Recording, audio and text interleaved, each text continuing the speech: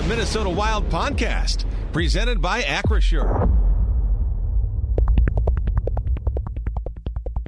It's Wild Weekly on the Fan. Pass it from Kaprizov, shoots and scores. Now here to talk about the Minnesota Wild and the NHL. From the Wild, Kevin Fallness. And from the Fan, Brandon Molesky. Good evening. Welcome to another playoff edition of KFAN Wild Weekly. I'm Brandon Molesky. Kevin Fallness with me from the Wild Radio Network. Good evening, Kevin. Good evening, sir.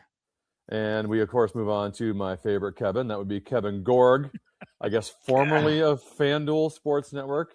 Free agent. Free agent. He's probably going to get a big payday here in the summer. Have you thought about moving over to radio? I mean, TV, that's been a thing, but maybe it's time to move on to the future. Well, the beauty of being a free agent is you'll listen to all offers, right, Kev? So who knows, right? Gorgie, 2 games through this series. Obviously, no Eriksson Ek, no Jonas Brodin. The Wild have been relatively competitive, but it still just seems to me like Colorado's kind of owned the series thus far. What has been your reaction to the first 2 games? Yeah, I guess disappointment. You know, if you would have told me before these first 2 games that the Wild were going to score 8 goals in Colorado, I would have thought that Minnesota would at least be 1-1 in the series. And when I say disappointed, it's like both games I feel like were there for the taking, and there were some breakdowns within each game that didn't allow that to happen. Super impressed with how resilient this team is. We've seen it all year long, but down 3-0 in game 1 to come back and take that 5-4 lead. I've seen a lot of positives with the depth on this hockey team. The bottom 6 in terms of their forwards, I think, can make a real difference in this series. And now you rotate back to St. Paul on a Saturday night, outdoor viewing party. Downtown St. Paul is going to be rocking. And it feels like a must-win for Minnesota, but I rely on the fact that this team in big spots all year long. I look back at Game 4 against Dallas where they absolutely had to have it, and they've come through. And so I have confidence that they'll find a way to do just the same thing and get back into the series at 2-1. Gorgie, there's plenty of things to look at when you talk about the recap of the first 2 games, whether it be the goaltending, the special teams. To me, what the Wild did so well against the Dallas Stars is they were the bullies. And now I feel through these first 2 games, they're the ones getting bullied. That kind of surprises me because I thought the Folignos, the Trenyans, the Sturms, the McCarrans would be able to enforce their will upon the high-flying Colorado Avalanche. It's been the opposite through 2 games, and to me, that's been a shocker. I didn't see that coming either. I think Minnesota got out-hit in the first game, and certainly the big hits in Game 2 went the way of players like Nathan McKinnon. I think the biggest factor in terms of Minnesota getting to that similar game that they had against Dallas is the speed of Colorado, top to bottom on this lineup. They've been hard to hit because Minnesota has not been able to get in the forecheck and really suffocate this team with that physical play. Colorado's been very quick and efficient, moving the puck out. And I think for Minnesota now, getting the chance to go back home where John Hines can dictate some of these matchups and maybe Minnesota can dictate a little bit more of the play.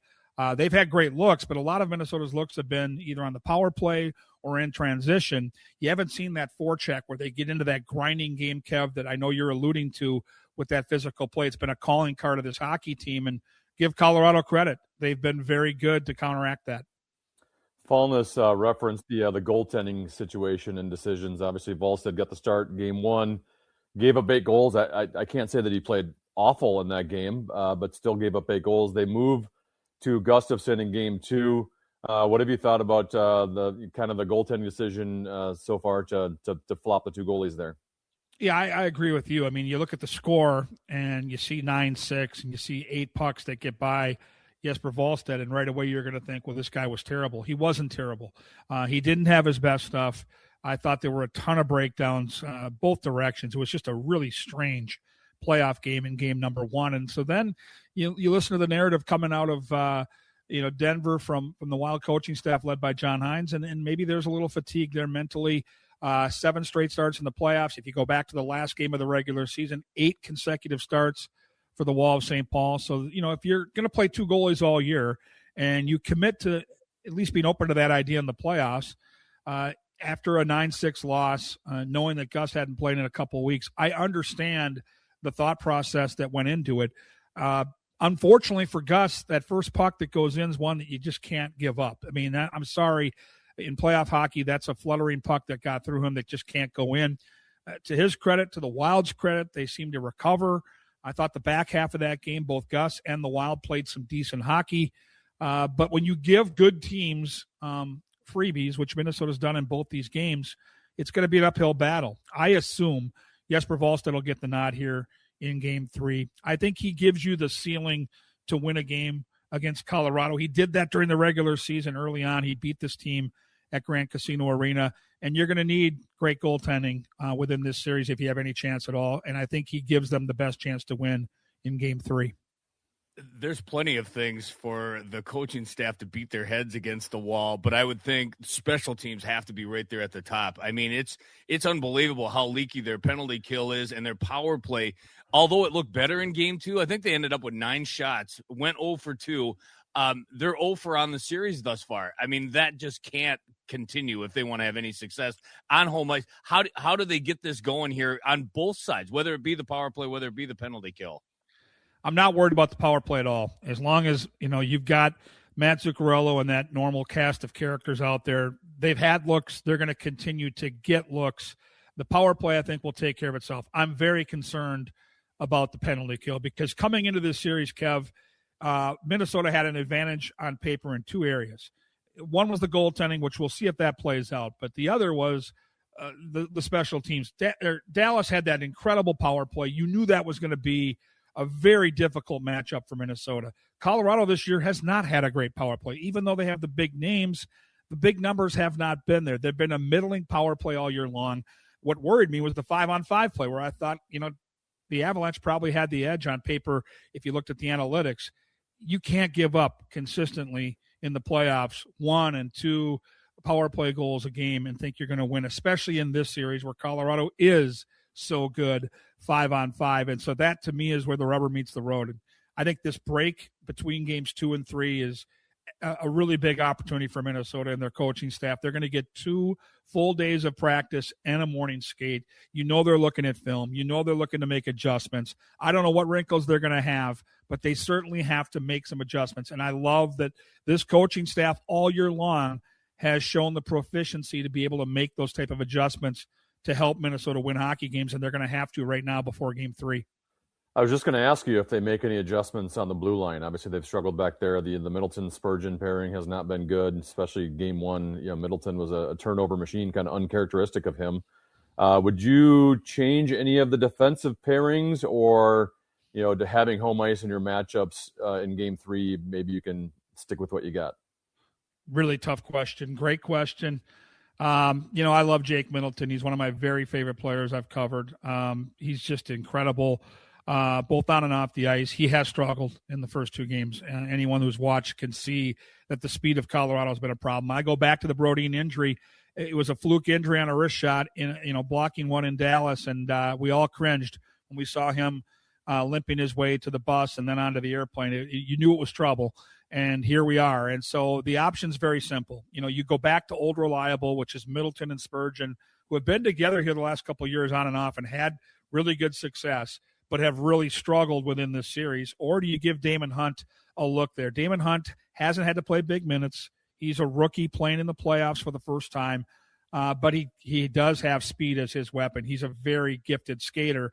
And you roll the dice putting him with Spurgeon because – now this is a pairing that's going to be great for the speed side of Colorado. But if they get hemmed in and it gets real physical, I would get concerned. To me, you could go either way because, you know what you've got with that third set. If Middleton's with either Petrie or Bogosian, that's a hard-hitting, heavy third set. And as you mentioned, Teneby, John Hines with the home ice advantage can set the matchup here. I think he has to be at least flexible to give maybe a look to the Damon Hunt-Spurgeon pairing. I do not like breaking up Brock Faber and Quinn Hughes. They're going to play about half that hockey game. They're so dynamic, and Minnesota's going to get chances, and they're going to drive a lot of the offensive chances they get. So I do not want that top pair split up. So a couple of wrinkles with the bottom 4 I'd be open to, but I really, truthfully, if I handicap this with the home ice, I think they stay with Middleton and Spurgeon and rely on them getting better.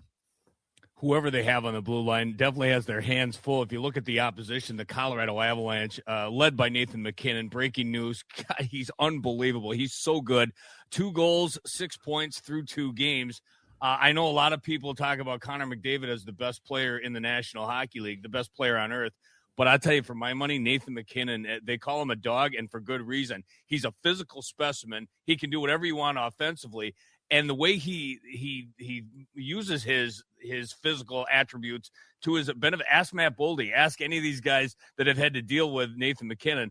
He's a force, Kevin. He's fun to watch unless you're trying to stop him. Yeah, he's a fierce competitor. It's been that way. We got to know him way back in 2014 when he was a rookie. And ironically, Minnesota lost a couple heartbreaking games to start that series in Denver. Got down 2-0 against the rookie McKinnon and the Avalanche, who were heavily favored in that series. And we know how that ended. So maybe Minnesota can draw on that to tie it into Nathan MacKinnon. It's a coin flip for me between him and McDavid. They're just unbelievable players to watch. And McKinnon's going to be a factor throughout this series. And you have to just understand that you're not going to shut him down. You have to limit him. And I look at Colorado, and I think they might have fooled a lot of us with the way they played down the stretch, because they got off to that incredible record-breaking start. They were clearly the best team in this league for months, and then it really seemed like they throttled down late in the season. But come playoff time, they sleptwalked through a sweep of LA. They never really threatened in that series at all, and we've seen in the first 2 games just how dynamic this hockey team is. And so I have to think that Minnesota now, with a couple extra days to settle in here, with some frustration leaving the rink, this team has a ton of confidence in themselves. This is not a team that's like hoping to contend. In years past, I kind of felt like some Wild teams were like, let's just give it our best shot. Like, this team's seriously frustrated right now, and that's a good thing. And I think they're going to feed off the crowd. And I think they're going to know when McKinnon's on the ice, and they're going to get physical with him.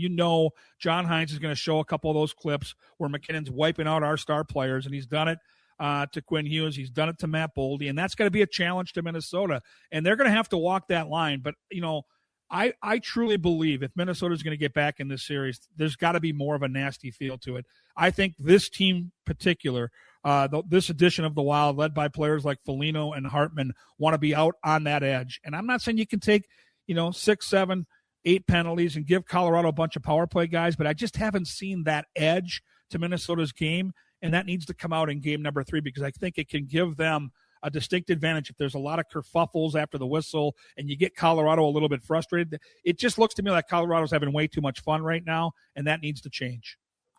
I also haven't seen that edge out of Matt Boldy, and a guy who was their best forward during the regular season. I think he was their best forward in the Dallas series through 2 games in Colorado, kind of a bit of a non-factor.